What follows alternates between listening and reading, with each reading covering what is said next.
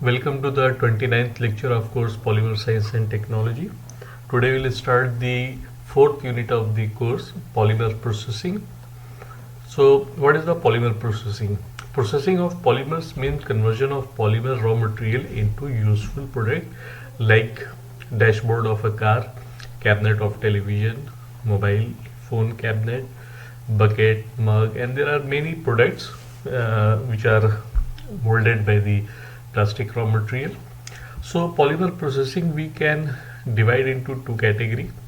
The category 1 is the solution processing and the category 2 is the melt processing. In case of solution processing, polymer is dissolved into solvent. Finished product like film, membrane, etc. are obtained by casting and evaporation of the solvent. This technique is costly because it involves the cost of the solvent, as well as it is environmentally hazardous because evaporation of the solvent may cause the some damage to the environment and the personnel's operating such machineries. Second technique is the melt processing. In this technique, mainly the thermoplastics are melted by the heat and shearing action of the screw, plasticizing screw. Then they are forced to flow under the pressure inside the mold or die to produce final product upon cooling. So in nutshell, we can summarize the polymer processing, melt polymer processing as polymer raw material which is a solid. It will converted into the polymer melt by the application of the heat as well as the shearing action of the plasticizing screw. So solid polymer will convert into homogeneous polymer melt, and this homogeneous polymer melt will flow inside the mold or die under pressure, and it will take the shape of the die or the mold. Then upon cooling, this molten polymer will acquire the shape of the mold or die and finished product will be obtained. So here let me tell you that the finished product may require some of the additives to be added along with the polymer resin, because polymer resin that we obtained from the polymerization plant is the purest form of the resin, but some additives like anti-static agent, UV stabilizer, stabilizers, flow modifiers, they have to be added in the raw material so that polymer processing can be carried out with the ease. Okay. Now compounding of polymer is after polymerization in plant. Polymer are obtained in their purest form and they are called virgin polymers. Virgin polymers cannot be used for the processing of the finished product. Therefore, some additives like antioxidant, anti-static agent, plasticizers, stabilizers, UV stabilizers, etc. And of course, pigment to obtain the colors are mixed with the virgin polymer. And the mixing of the additive with the virgin polymer is called compounding of polymer. Virgin polymers like polyethylene, polystyrene, polymethyl methacrylate, polyvinyl chloride, etc. are usually free flowing powders, whereas additives are in the form of fine powder or liquids. Virgin polymers and additives are mixed together using planetary mixers, V blenders, ribbon blenders, Z mixers or tumblers. These are the equipment used for mixing of the polymer with additives. Blending can be done at ambient temperature or at elevated temperature. After the blending, mix is fed to a single or a twin screw extruder for melt plastification. By the intense shearing of the screw, finally the melt is passed through strand die. Strand die is a die like a filament, that produce a filament, and which is known as the strand die. To form continuous strand, and upon cooling these strands are chopped into small pellets of size 2 to 3 mm, and the dia is usually 3 to 5 mm. The pellet size of 2 to 3 mm diameter and 3 to 5 millimeter of length. The compounded polymer is used as final product in case of polymer processing such as extrusion, injection molding, blow molding, etc. You can see this is a blender. Inside the blender we are having stirrer, very heavy duty stirrer, because it has to mix viscous polymer and additives. So a high powered stirrer is there, and additives such as antioxidant, plasticizer, UV stabilizer, etc., pigments, etc., are added along with the virgin polymers, and blending is carried out at the ambient or at elevated temperatures. So this high speed stirrer moves at very high speed, and it produces lot of shear heating, and because of the shear heating this additives and polymer gets homogenized inside the mixer, and then the homogenized mixture of the additives and polymer is fed to the hopper of a single screw or a twin screw extruder. It goes to the feed zone, then it moves along with the screw axis by the rotation of the screw, which is connected to a motor. So screw rotates and the material also moves in a spiral path, and when it moves from feed zone to the metering zone, heaters are mounted on the barrel of the extruder that they provide heat.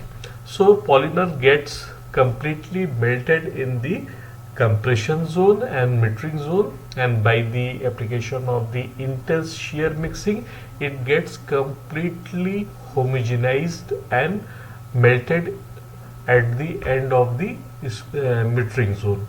Then it passes through the strand die.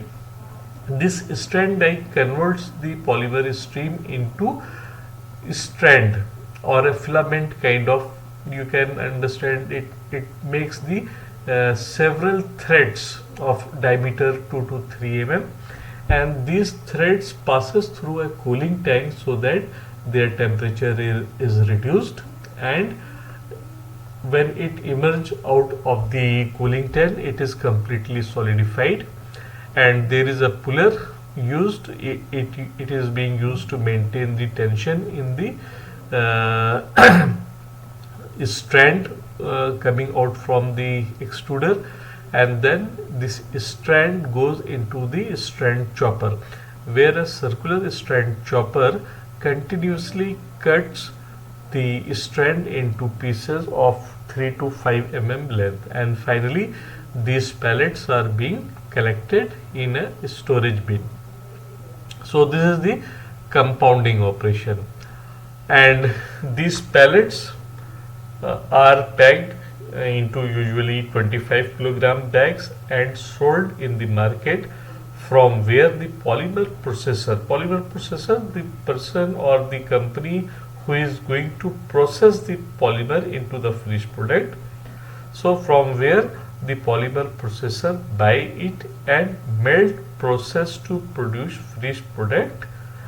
I have told you the product like cabinet of your mobile phone, cabinet of television, cabinet of your table lamp, bucket, mug, packaging, pen. So there are n number of products that can be produced out of this polymer, compounded polymer product. So different polymer processing operation is used to manufacture different product. For example, if you want to make the bottle, you have to go for the blow molding, If you want to make a film of the polymer, you have to select polymer extrusion. If you want to make cabinet of your mobile phone, then you have to select injection molding for this purpose. Okay. So now let us see the solution processing of the polymer. So first of all, let us see the film casting, how we can form the film out of polymers using solution processing method. So as I told you, in solution processing method, your polymer is dissolved into its solution at room temperature or slightly elevated temperature, and then this polymer solution is stored or fed to a hopper which is connected to a control valve, and at a controlled rate this polymer solution will be spread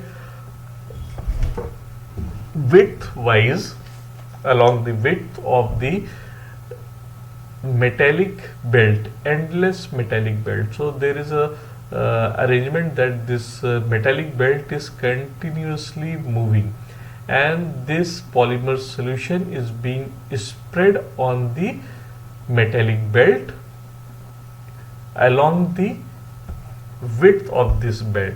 So it will form a film. As this belt will move from left to right, it will form a film, and with the movement of metallic belt, the solvent will start evaporating, because here the temperature surrounding the belt is slightly more.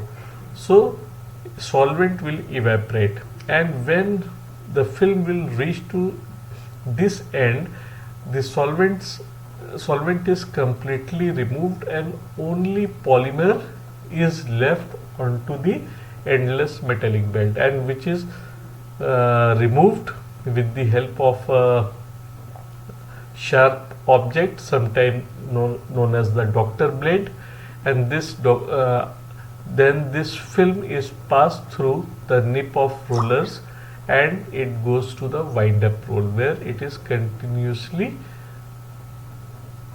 winded up and stored. So this is the process of casting film.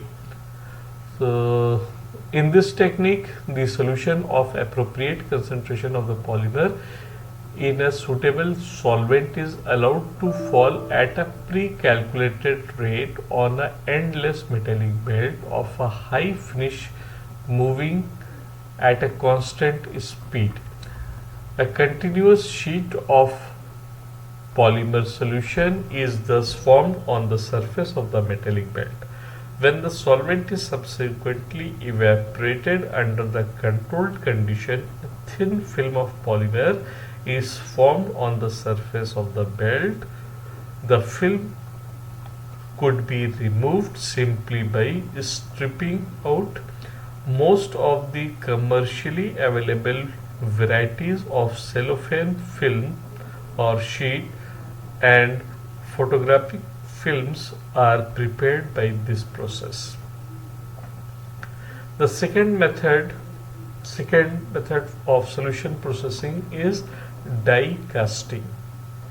In case of a die casting, we can take the pre-polymer means a polymerizing system. For example, if you take monomer of a suitable for a suitable polymer, such as you take a styrene monomer or methyl methacrylate monomer, and add initiator into it, then polymerization reaction will start, and polymerization reaction will continue till complete polymerization or solidification of the monomer into polymer. But during this process, the viscosity of the reacting monomer keep on increasing with the increase in the molecular weight. So in between, it reaches to a condition when the monomer polymer mixture is a viscous material and you can pour easily inside a mold. So this at this condition, when the viscosity is sufficiently high but still your monomer polymer system is capable of flowing inside the mold, this is called a pre-polymer. And when it will completely polymerize, it will become solid and it will not be able to flow. So we have to pour the pre-polymer inside the cavity or inside the mold or die. So pre-polymer, instead of pre-polymer, we can also take a curative mix. As I told you in the first unit that the thermoset resin can be cross-linked with the help of a catalyst. So when we'll add the catalyst cross-linking agent into a thermoset resin such as unsaturated polyester resin or epoxy resin or the phenolic resin, it will start cross-linking reaction into the thermoset resin, and within the pot life of resin, the pot life usually 5 to 10 minutes is the pot life. If you will flow this curative mix, it will flow inside the mold cavity and it will take the shape of the mold. So here we can either take the pre-polymer or curative mix. The difference between pre-polymer and curative mix is that pre-polymer is a system which is undergoing the polymerization reaction, okay, propagation reaction, whereas curative mix is a already polymerized system which is undergoing cross-linking reaction. So this is the way you can differentiate between a pre-polymer and a curative mix. Curative mix, cross-linking reaction. Pre-polymer, polymerization reaction. Okay. So when you will fill the dye with pre-polymer or curative mixture, it will take the shape of the dye or the mold. Then upon heating in the oven, what will happen? Polymerization reaction or cross-linking reaction in case of curative mix will be completed 100%, and the liquid mixture pre-polymer or curative mix will now convert into a solid hard polymer, and after complete curing or polymerization you can pull it out or eject from the mold and you can get the product of exact shape of the mold or the die. So die casting is a relatively low cost process which consists of converting a liquid pre-polymer monomer plus initiator mixture or a curative mix thermosetting resin plus curing agent to a solid object of desired shape such as sheet, tube, rod, etc. Pre-polymer are polymerizing monomer with low conversion. They are viscous liquid containing monomer, initiator and low molecular weight polymer chains. The polymerization process continues during the casting process inside the die. Upon 100% conversion, they become solid and can be easily removed from the casting die.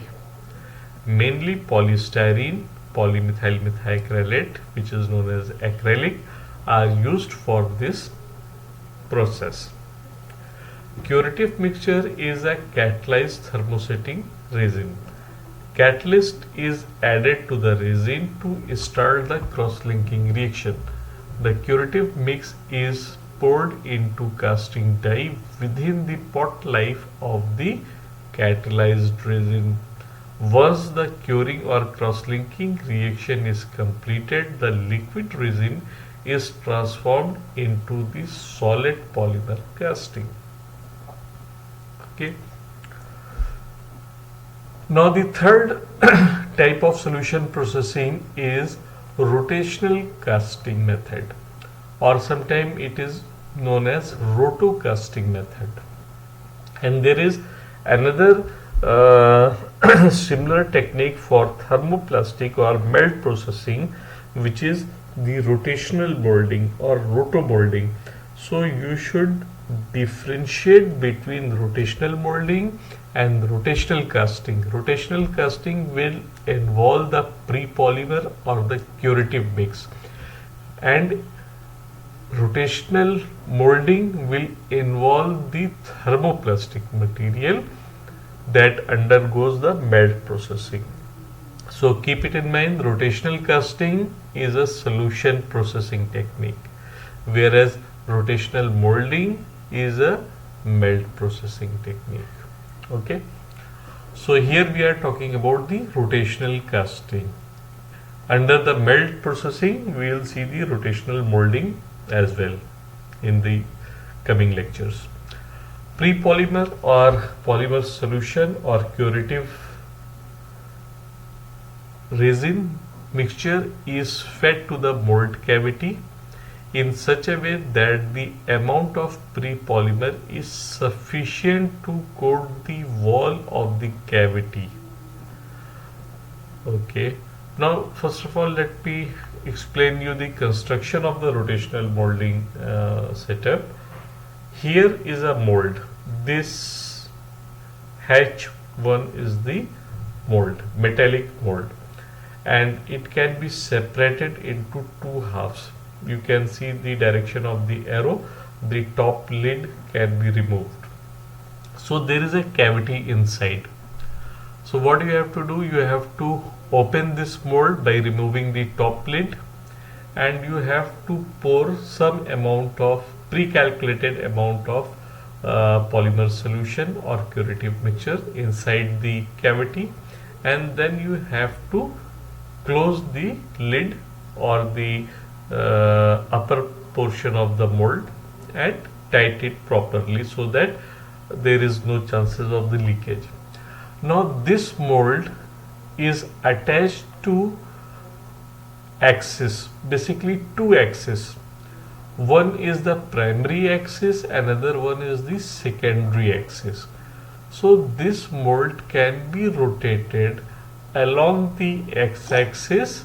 At the same time, it can be rotated along with the y-axis. Okay, so my x-axis is the primary axis, and direction of rotation is like this as shown in the arrow, and with the help of a gearbox, a secondary axis just perpendicular to my primary axis, which is connecting the mold half, is here, and now mold can rotate along the secondary axis. So this kind of movement of the rotation of the mold is known as the biaxial rotation of the mold. Biaxial rotation. Mold is rotating along two axes. It is rotating along the x-axis as well as it is rotating along the y-axis as well. You can think of this kind of motion just like the planet Earth is rotating around its axis as well as it is revolving around the sun. So basically this is a biaxial movement. Similar movement is here.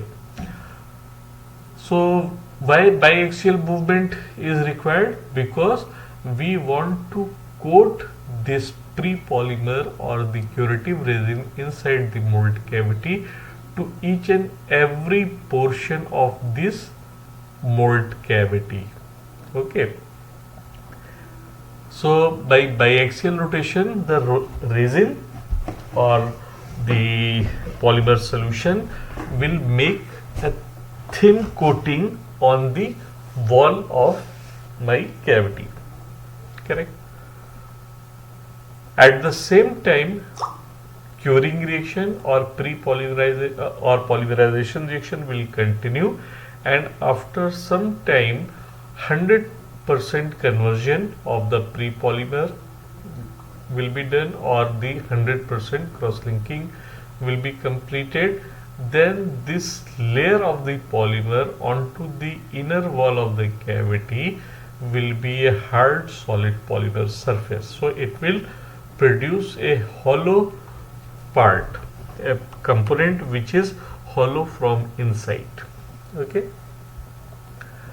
so the mold is biaxially rotated against the primary axis and the secondary axis. Under the influence of the gravity, the pre-polymer liquid flows from a thick coat flows and form a thick coat onto the inside wall of the cavity in such a way that upon complete conversion of the pre-polymer liquid into solid polymer, a hollow molding is produced. The wall thickness of the molding depends upon the quantity of the